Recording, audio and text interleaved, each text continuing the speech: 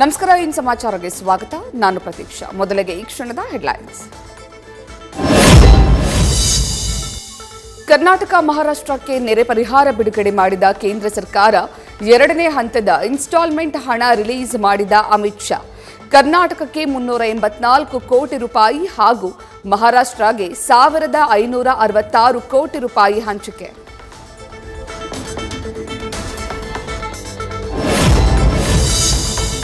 ದಾವಣಗೆರೆಯಲ್ಲಿ ಸುರಿದ ಮಳೆಗೆ ರೈತರು ವ್ಯಾಪಾರಸ್ಥರು ಕಂಗಾಲು.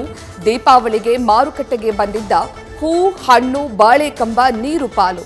ವಾಹನ ಸವಾರರ ಪರದಾಟದ ಜೊತೆ ಮಾರ್ಕೆಟ್ ಶಿಫ್ಟ್ ಆದರೂ ಸೌಕರ್ಯ ಇಲ್ಲದೆ ವ್ಯಾಪಾರಸ್ಥರು ಕಂಗಾಲು.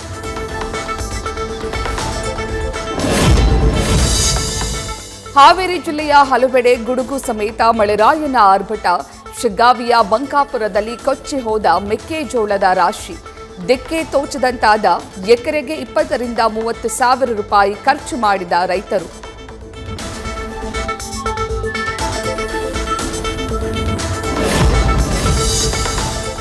ಬಯಲು ಸೀಮೆ ಮಾತ್ರವಲ್ಲದೆ ಮಲೆನಾಡು ಭಾಗದಲ್ಲೂ ಮಳೆರಾಯನ ಅಬ್ಬರ. ಚಿಕ್ಕಮಗಳೂರು ನಗರ ಸೇರಿ ಸುತ್ತಮುತ್ತ ಭಾರೀ ಮಳೆ.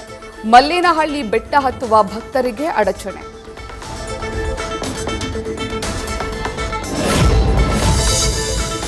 ಸಂಘಕ್ಕೆ ಬ್ರೇಕ್ ಹಾಕುವ ಸರ್ಕಾರದ ನಿರ್ಧಾರಕ್ಕೆ ಸೆಡ್ಡು.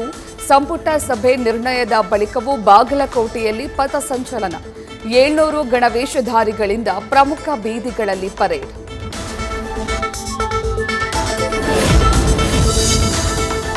ದಶಕಗಳ ಬಳಿಕ ಡಿಸಿಸಿ ಬ್ಯಾಂಕ್ಗೆ ಸತೀಶ್ ಜಾರಕಿಹೊಳಿ ಪಡೆ ಲಗ್ಗೆ. 16 ಸ್ಥಾನಗಳ ಪೈಕಿ 13 ಸ್ಥಾನ ಗೆದ್ದಿದ್ದೇವೆ ಎಂದ ಶಾಸಕ ಬಾಲಚಂದ್ರ ಜಾರಕಿಹೊಳಿ. ನಮ್ಮವರೇ ಅಧ್ಯಕ್ಷರಾಗ್ತಾರೆಂದು 50 ಕೋಟಿ ಸವಾಲ್.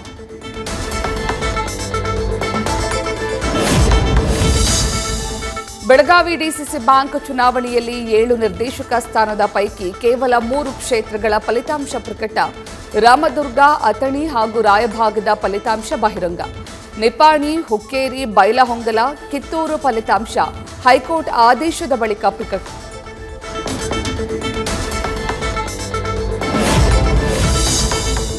ಅಕ್ಟೋಬರ್ 31ರವರೆಗೆ ಜಾತಿ ಗಣತಿ ಸಮೀಕ್ಷೆ ವಿಸ್ತರಣೆ. ಎಲ್ಲಾ ಸಮಾಜದವರು ಈ ಅವಕಾಶವನ್ನ ಕಳೆದುಕೊಳ್ಬೇಡಿ ಅಂತ ಡಿಕೆಶಿ ಸಲಹೆ.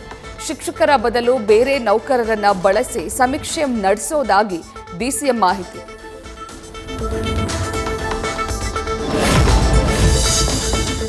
ಬೆಂಗಳೂರಿನಲ್ಲಿ ವಿದ್ಯಾರ್ಥಿನಿ ಪ್ರಿಯಾ ಯಾಮಿನಿ ಹತ್ಯೆ ಖಂಡಿಸಿ ವಿದ್ಯಾರ್ಥಿಗಳ ಪ್ರತಿಭಟನೆ.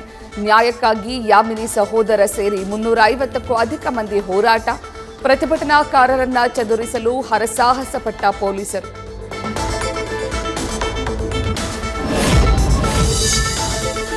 ಚಿಕ್ಕಮಗಳೂರಿನ ದೇವಿರಮ್ಮನ ಜಾತ್ರೆ ಹಿನ್ನೆಲೆ ಹರಿದು ಬಂದ ಸಹಸ್ರಾರು ಭಕ್ತರು. ಮಳೆ ಮಧ್ಯೆಯೂ ಬೆಟ್ಟ ಹತ್ತಿ ದೇವಿ ದರ್ಶನ ಮಾಡ್ತಿರೋ ಭಕ್ತರಿಗೆ ತೊಂದರೆಯಾಗದಂತೆ ಜಿಲ್ಲಾಡಳಿತದಿಂದ ಸಕಲ ಸಿದ್ಧತೆ.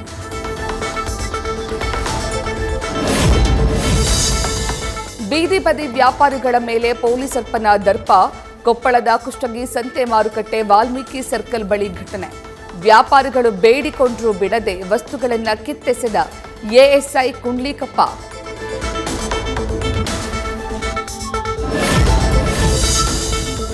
ದೀಪಾವಳಿಗೂ ಮೊದಲೇ ದೆಹಲಿಯಲ್ಲಿ ಹೆಚ್ಚಾದ ವಾಯು ಮಾಲಿನ್ಯ.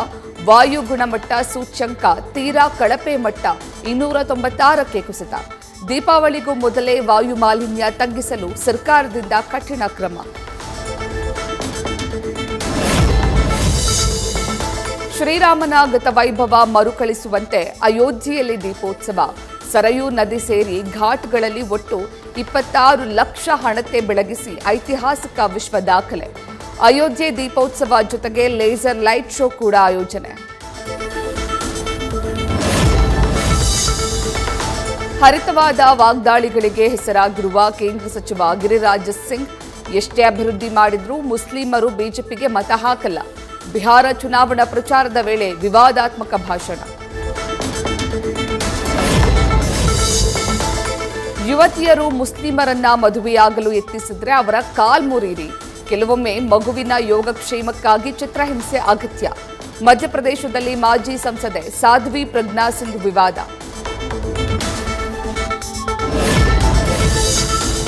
ಪಾಕಿಸ್ತಾನ ಅಫ್ಘಾನಿಸ್ತಾನದ ನಡುವೆ ತಾರಕಕ್ಕೇರಿದ ಸಂಘರ್ಷಕ್ಕೆ ಮತ್ತೆ ತೆರೆ. ಕತಾರ್, ಟರ್ಕಿ ಮಧ್ಯಸ್ಥಿಕೆಯಿಂದ ತಕ್ಷಣದಿಂದಲೇ ಕದನ ವಿರಾಮ. ಹೊಸ ಒಪ್ಪಂದದ ಹೊರತಾಗಿಯೂ ವಿರಾಮ ಉಲ್ಲಂಘನೆಯ ಬಗ್ಗೆ ಪರಸ್ಪರ ಆರೋಪ.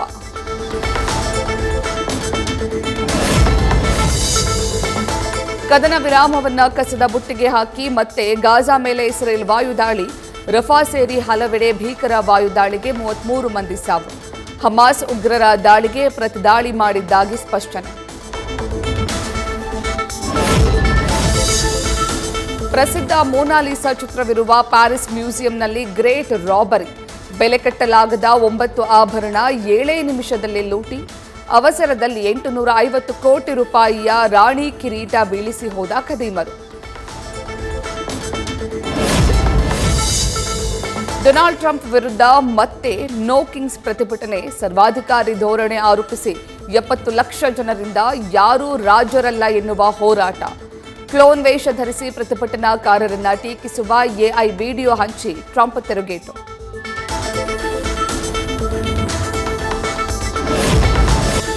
ಏಕದಿನ ಸರಣಿಯ ಮೊದಲ ಪಂದ್ಯದಲ್ಲಿ ಆಸ್ಟ್ರೇಲಿಯಾಗೆ 7 ವಿಕೆಟ್ಗಳ ಭರ್ಜರಿ ಜಯ.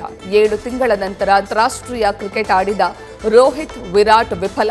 21 ಓವರ್ಗಳಲ್ಲಿ 3 ವಿಕೆಟ್ ನಷ್ಟಕ್ಕೆ ಗುರಿ ತಲುಪಿದ ಕಾಂಗರೂ ಪಡೆ. ನ್ಯೂಸ್ ಫಸ್ಟ್ ನಿರ್ಭೀತಿಯಿಂದ ನಿಮ್ಮ ಪರವಾಗಿ.